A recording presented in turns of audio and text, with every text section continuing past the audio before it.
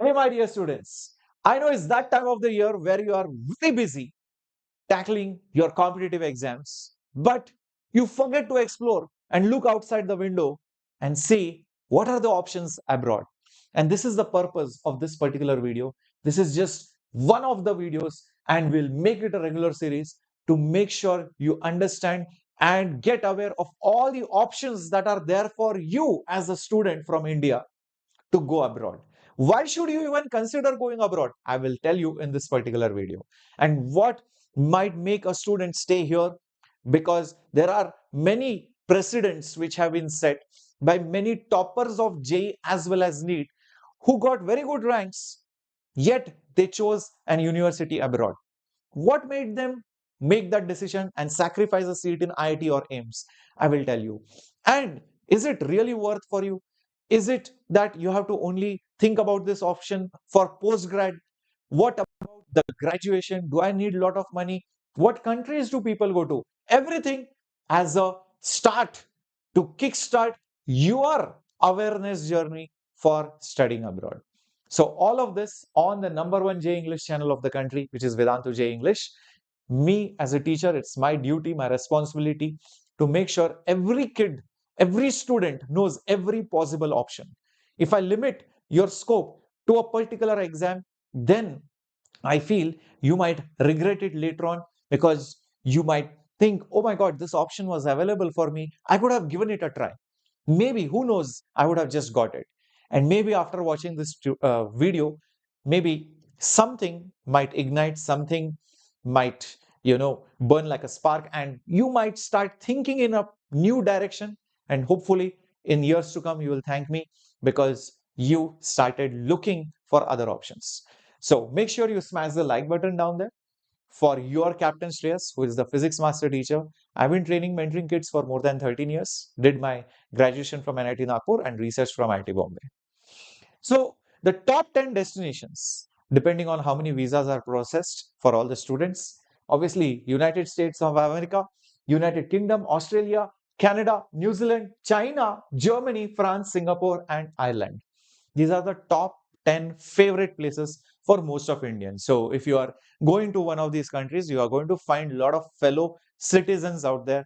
Obviously, there will be strong communities to help support you, maybe financially, or maybe for housing, or maybe just as a social circle to build. All these things are very good in most of these countries. Now, in this particular video, I will tell you why students migrate abroad, what is the reason you should consider, or why you might think of staying over here, what are the different requirements, what are the documents, which country is better. And in this particular video, I'll just show you the overview of United States of America versus United Kingdom. Okay, we'll just have an overlook, and I'll be making more videos for country specific, or maybe regional specific, or even the brand specific, so that we can explore more and more options in detail. Now, first of all, the major reason, it's very, very obvious. JEE competition is really high. Sometimes students just don't want to go through that competition, or you develop some kind of saturation, or you just want to explore some new branch which might not be so popular, or you know that you will not get it in JEE. Maybe you want to do something really remarkable in computer science, but you know the competition is so high, and maybe your chemistry is so bad or physics is bad, and you are not able to crack that examination. But you know, if you get that branch, you will do really well. So these are some of the reasons. Sometimes also, there are really good students. I've seen many students in tier 2, tier 3 colleges. They might be very good in a particular skill set or a particular kind of stream, but just because of their rank, they could not get into the tier 1 college. Also, what happens is, many times students think that, I have better opportunities abroad, or maybe, I have some of my friends or relatives who are there, so maybe I will have a support system if I go to this particular country. Or maybe you're financially that well that your family can actually support you even if you do not get scholarship. So these are some of the reasons why students generally think of migrating abroad. Obviously, you get to experience the different kind of lifestyle. You have different places to roam around and different cultures to explore, new people to meet, and so many other culturally social benefits that you get when you study abroad. All right, so getting yourself exposed in an international way and learning and working in a new lifestyle, in a very refined lifestyle at an early age, has obvious benefits. And that is what many people might seek for. If you are one of them, then definitely studying abroad could be considered as an option for you. Also, you get a very good exposure because many of the great companies, be it Apple, Google, Amazon, right, or even the car manufacturers, or even the electronics industries, right, their headquarters, the main offices are situated in many of the countries abroad, right? So you get a very good exposure. Sometimes many of these companies employ people from different backgrounds, different countries. So you get to meet a lot of people, share your thoughts.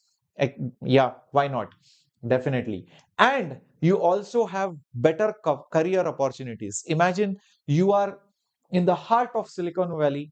If not for this job, you can go to this company. If not for this company, you can go to the other company. So you have a lot of options to explore when all the tech or all the similar kind of industries are situated in a small region. Obviously, you can build lot of contacts, build uh, good networks with decision makers, scientists, CEOs, founders, or even entrepreneurs, or even people who are going to invest money in your startup idea.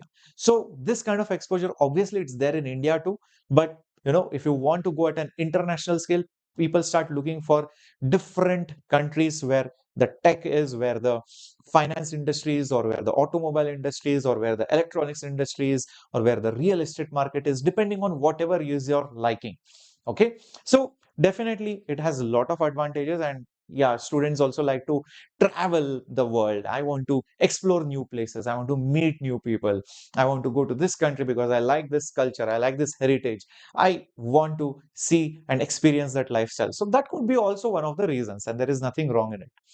So if you are a student who probably thinks that I cannot get through without the scholarship, or maybe I think I can crack through JEE, or I'm okay with a private college, I will think about post graduation, then I think you should consider staying in India. Also, when you go abroad, there are a lot of things that you need to consider. Apart from the financial aspects, you should be also be ready for the cultural shocks that you might get, or sometimes you might have to worry about other things which you might not necessarily worry in India. Like you download an app, you can get your groceries, or you can book your cab rides, and so many other luxuries which we consider it very normal, might be very expensive abroad, especially as a student. Okay, and you have to become very, very independent over there. At home back in India, you join a hostel even if you're staying away, and you get good food, and everything is taken care of, be it the clothes, be it the utensils, be it the cooking. So many things are just taken care for you by either your parents or the hostel or the PG that you're staying in. But here you have to be very independent, because obviously labor is very expensive in most of the countries abroad. So most of the things you have to be self-reliant. Okay, sometimes even the weather can be a spoil sport in certain countries. In India, being a tropical country, we are blessed that way to not experience very extreme weathers. So there are certain places, not all the countries, not all the places, they might have extreme cold, extreme heat, or maybe it is extremely stormy most of the time. So you need to consider these aspects as well. And trust me, when you have not experienced those extreme weathers, it's hard to tell you how bad it can get when there is extreme snowfall, or it's too chill, or if it is too stormy most of the times. It really might put you off. You might be in a bad mood because of that. So you need to consider all these things when you are planning to study abroad. If you are comfortable with your life here, stay here, nothing wrong. It's not like you cannot earn money in India. Definitely you can earn money, good amount of money. You can still do most of the things, but it's just about opportunities and how you want to take it personally. All right. So at the end of the day, it's a personal choice. Now, what are the prerequisites? Of course, academic eligibility is that you will have to have a certain age. You will have to complete the high school, the undergraduate program, which we call it as the 11th and the 12th standard. Definitely.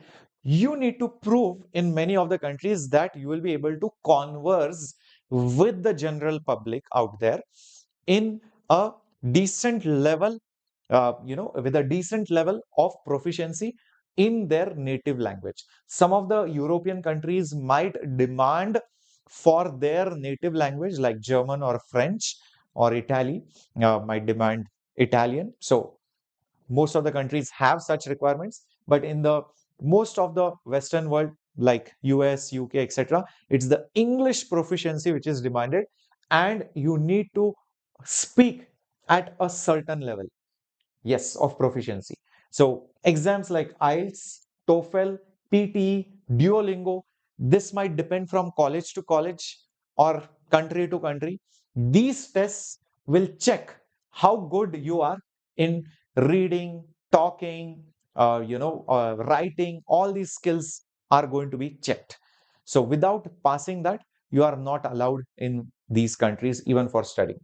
Then there is entrance exam. Apart from checking your language, how good you are in your analytical skills, mathematical skills, that can be checked in your exams like SAT, ACT for undergraduate. Then GRE, GMAT are for post graduation. Since you are 11th and 12th standard students, most of the universities will ask you for your SAT scores or your ACT scores. Again, it depends from college to college and country to country. Okay, now you might be thinking, uh, is it not like a one exam for one country and I just give that exam and go through? No, it's not that simple. It's not like JEE. Well, you have to give the language test. You have to give the, uh, what do you say, the entrance exam. And then you have to apply for different universities separately. It's not like there is a common counseling process. Plus, the requirements for every university, every country can be different. That is why it is a very, very tiring process. Understand that. Researching, finding the good universities, seeing what the requirements are, and accordingly match up to their expectations. It's a very lengthy process. But if you plan it smartly, you can do it, and students do it, and that's how they are able to make it happen. Okay. You will need obviously your passport. If you don't have one, please get it done. Your transcripts. Now, transcripts are basically like report cards. These are in a slightly different format. You need to get those transcripts from your schools or colleges saying that you got this much percentage. And, it's a detailed report card of how you have performed in your 10th or 12th standard. SOP is your statement of purpose. So you need to send in a essay saying why you want this college, this country, this course. What is it that is going to benefit you, and how are you going to be beneficial for that course? So imagine writing this for that particular course, for that college, and it could be different for different colleges, different country. You can't just copy paste it for all the colleges. It has to be very specific, depending on the region, depending on the professors, what kind of research they are doing. You need to go through their website and accordingly modify and tweak all your SOPs, which is your statement of purpose. What is the purpose that you are why you're applying over there? LOR, letter of recommendations. Some universities require 2 or 3 recommended letters, meaning from your teacher or the person whom you have got trained, or whom probably you have done some internship or some volunteering program, anything like that. So if you have worked under someone or have been mentored by someone, that particular guide or mentor has to write a letter of recommendation saying this kid is really smart, or this kid deserves this particular college, this particular course, he will do well, so on and so forth. So that is also required. So you better have a good rapport. Your resume also could be required, saying what are the different activities that you have done in your high school, in your college, what are the different activities, extracurricular, what are your talents, your skill sets. All these things you will have to put it up in your resume. So like you can see, it is a tiring process, definitely. Deadlines are also different. It's not a common deadline. Yeah. So you need to check the university website. Then there is visa. Passport is not visa. Everybody can get a passport, but visa is the difficult part, where you need to visit the office of the consulate of that particular country. Then you have a visa interview where the officer will interview you and check whether you fit into that particular country as a student. Is everything fine? Police records, nothing should be there. So a lot of things are there. They basically do a kind of a background check, and you should basically pass that interview. Usually students pass it, but for countries like US, UK, and sometimes even in Canada now these days, it could be a little bit challenge. Okay. Then you need to also have good amount of financial planning. Obviously, the fees are very high. It is not very low. Some of the European countries have low tuition fees. I'll make a detailed video on that. Living expense, obviously, even if you have to buy a bottle of water, specifically, say for example, in Europe, it might cost you easily 400 to 500 rupees. Just imagine that. So you can think how the living expenses are. So if you take a ride, by the way, you won't get autos over there. If you take a cab ride, then obviously it will be anywhere bare minimum like 4 5,000 rupees, and it can go as high as 20,000 to 30,000 rupees for a cab ride from one place to another. So you need to plan all these things. Obviously, there are scholarship options, which I will talk about in a bit, and you need to show some amount of account balance in your bank, in your father's or mother's bank account. Some number of lakhs of rupees should be there. Only then they will allow you to enter the country, because if something goes wrong, you should be able to survive, and you should be able to come back to the country. So they have these requirements most of the times. Then, talking about which country to choose, there are lot of factors in choosing the right country. That's how you should actually select your college. Which country I want to go to. But for some students, it is like, I want to go to this college, irrespective of the country, whether the weather is bad or whether the language is a problem, I will take care of it. Sometimes you really want a particular course in a particular college, then this slide is not for you. So usually what students want is a particular country, and you will check in general what kind of quality of education is there, what kind of scholarships you get, what kind of exposure you get, how many international students come over there, what kind of what kind of placements happen, or what kind of job opportunities are there, research opportunities, what is the fees in general, what is the living expense like. Some countries are cheap to stay, some countries might be very difficult. What's the weather like? Yes, all these things are going to matter.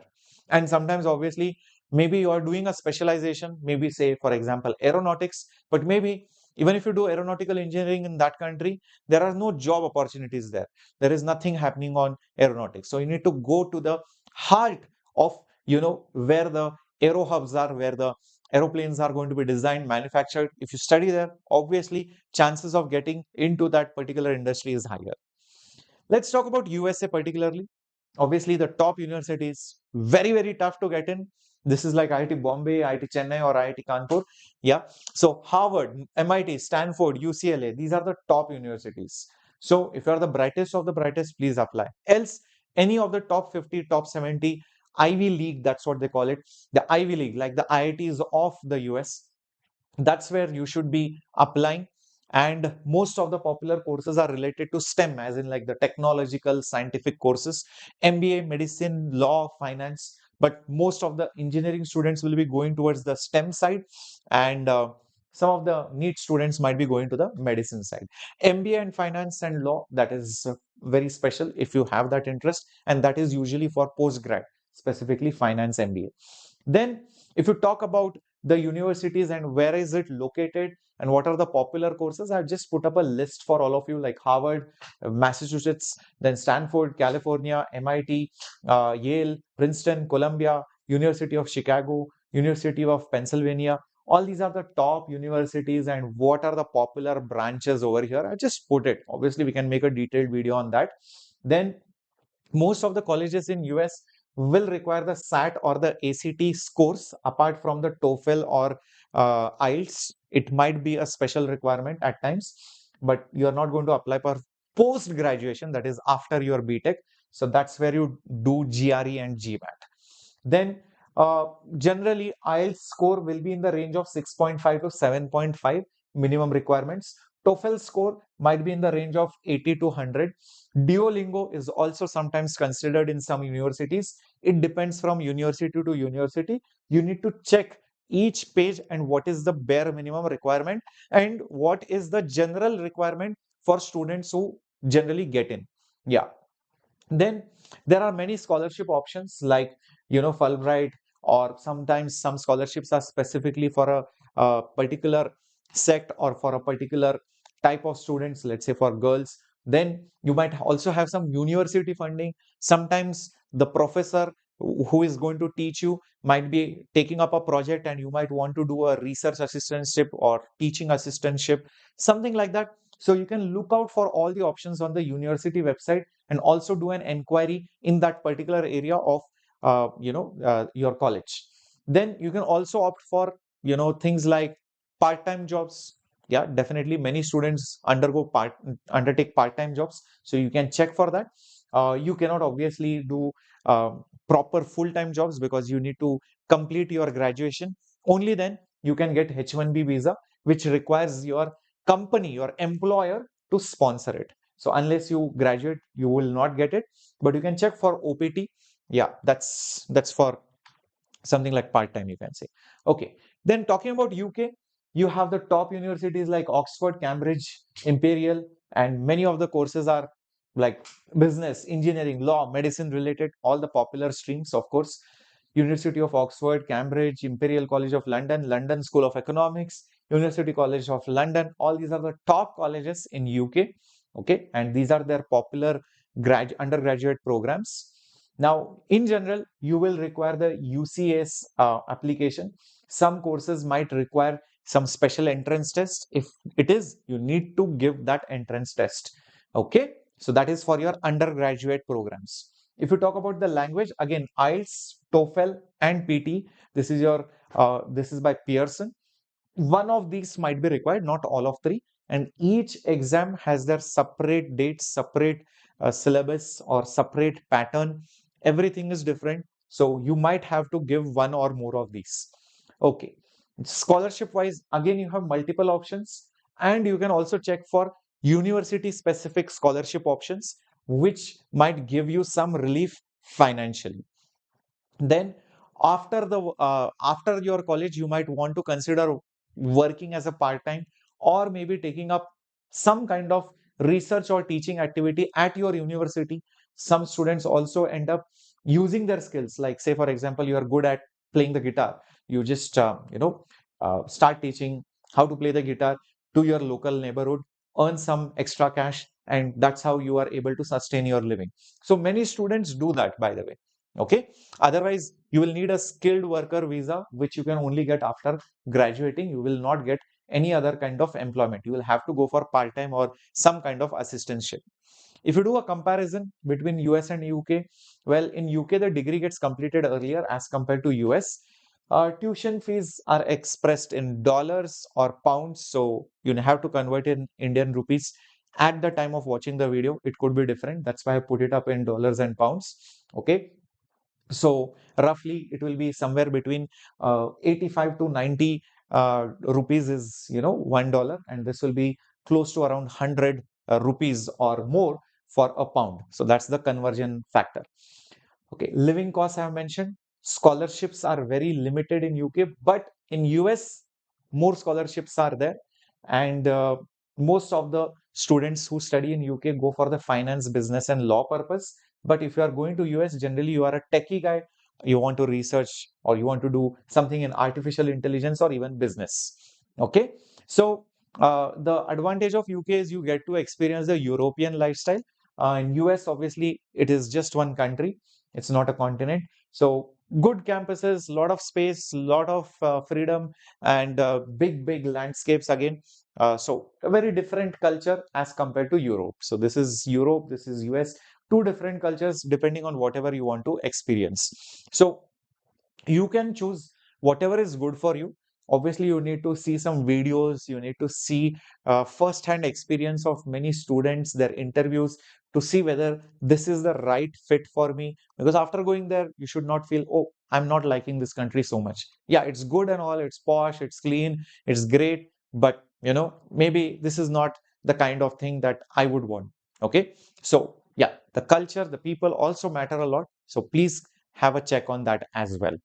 So this was this quick video for all of you to create this awareness for studying abroad. Obviously, this was a very general video. If you want more information on a particular exam, on a particular country, or a particular stream, or the low cost options, or whatever, if you're ready to pay money, then sir, just tell me the options. I'm ready to spend. I want to go abroad. So, whatever it is, please let me know in the comments. Our team is there, and we also have, yes, a team specifically that who is going to mentor students to go and study abroad and help you with the application processes, the visa, and all the other forms, because it takes a lot of stress to fill all these forms, especially during the exam time. So, whatever your need is, please let me know in the comments. Okay. Have a great time. Please share this video and smash that like button. Bye bye. Take care.